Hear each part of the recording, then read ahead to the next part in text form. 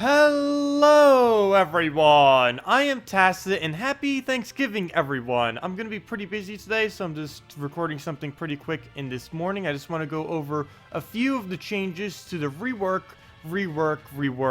of Maugrim Woods, because it was changed again. I just want to go over a few changes and a build, one of my favorite builds from the kingdom as far as what we have found on stream so far. Before we do, let me just give out the redeem code for today.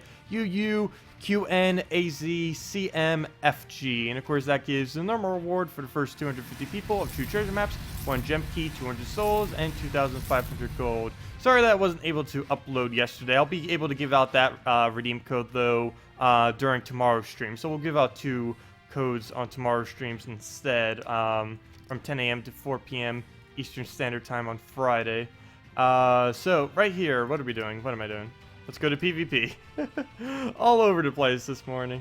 Okay, PvP in the battle, and we are going to be using this team right here, which the name didn't change for some reason. But one thing I also was trying out, which this team also didn't change, was this thing with a giant spider and a... what was the other one? And a sacrificial priest. I was actually trying this earlier, and it was actually doing some decent amount of soul farming. This isn't the one I want to show right now, though. But this with double green. Actually, it was already on double green, wasn't it? Double green is actually pretty good, mostly because we have the triple necromancy, or the double necromancy now, because Kiberis now has it. So what we're going to be doing here is Maugrim Woods.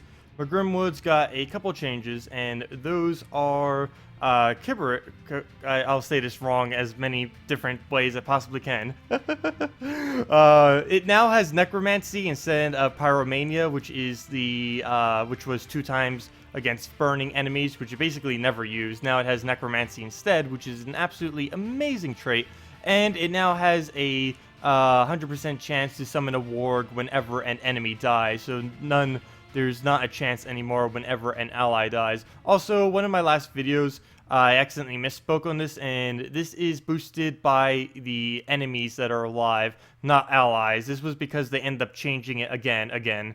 They did a double change to a couple of things here. The other one was the warg. Warg now has a 25% chance to summon a dire wolf instead of a 25 or 20% chance to summon itself, mainly because there was a glitch with that. The developers are also saying that they might be making it so specific troops can only, like, legendary abilities can only trigger once per team. Like, if you had multiple of a legendary in your team, it would only be able to trigger the ability once, just to make sure that they can add more powerful legendary abilities in the future. So let's go now over to the team that I want to use right now. This is quite possibly the one of the most strongest teams I have found from the new teams that are available with the Maugrim Woods lineups that we have, as far as the billions of changes that it has gotten this week. Hopefully they won't be doing any more. I'm getting tired of doing videos on how they changed. It's kind of getting funny at this point, I don't know. They literally changed the troops about 3 to 4 times this week. And I think they're done now. They better be. So what we're doing now, getting Giant Spider up, going Green Seer Giant Spider loop, and then that is when the magic will happen. So we'll bait out skulls right here, and we're going to be able to get quite a few entangles. This entrapment thing on this dire wolf is absolutely insane. It is very, very, very good value on this dire wolf. I wouldn't be surprised if they do another change later this week or next week, nerfing it. Well, it's not like excessively overpowered, but it is pretty far up there. Like earlier on in the game, dire wolf is probably one of the best things you can go for. So right here, there is not a extremely good move. What we're probably just gonna have to do is convert out the blues.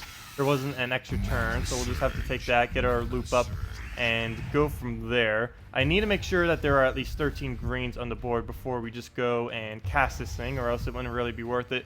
It might actually get a kill on us. No, that wouldn't be enough damage. Plus we have a 20% agile anyways. So it's going to devour. Watch it devour the one with, yep. Oh, AI. Good job. It just devoured the one that had the ability up. So there goes the AI being smart like an AI.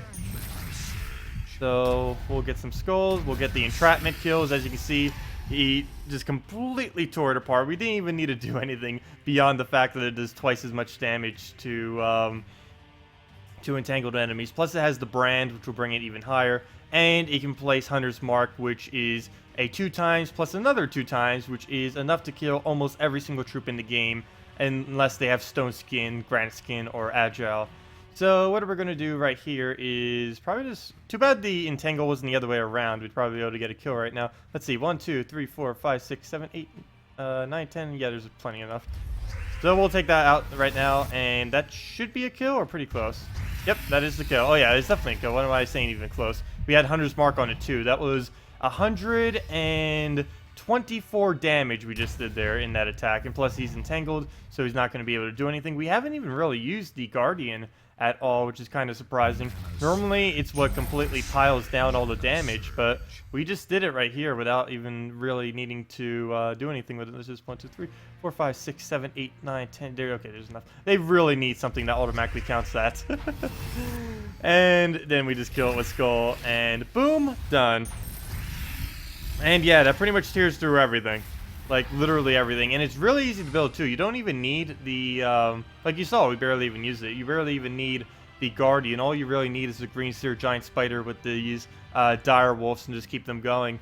You can even just replace something like a Soul Farmer in the last slot, maybe even a Warg if you wanted to. You could put like a Warg maybe in second slot or all the way in the back to give you some souls as you do this team. It is very, very strong right now. As well as many other things using Direwolf. Direwolf is a little bit fragile, though. It is going to die. It does have Agile if you get it fully traded, which will help a lot in being able to dodge skulls and stuff like that. But I would definitely advise trading him up, putting him in some kind of team, especially earlier on in the game where he's going to be a lot more powerful. And he can pretty much just keep doing one-shots like that and just tear apart the enemy team. And if they have something like a Granite Skin, Stone Skin, or something, you could just try putting a fully traded Mana Core or something of the like into the mix, and that will disable it out so you can get the one-shots. Anyways, that'll wrap it up for this video. Have a good day. Have a good Thanksgiving for all of you celebrating it. And I will see you in the next video. Goodbye, everyone. Thanks for watching.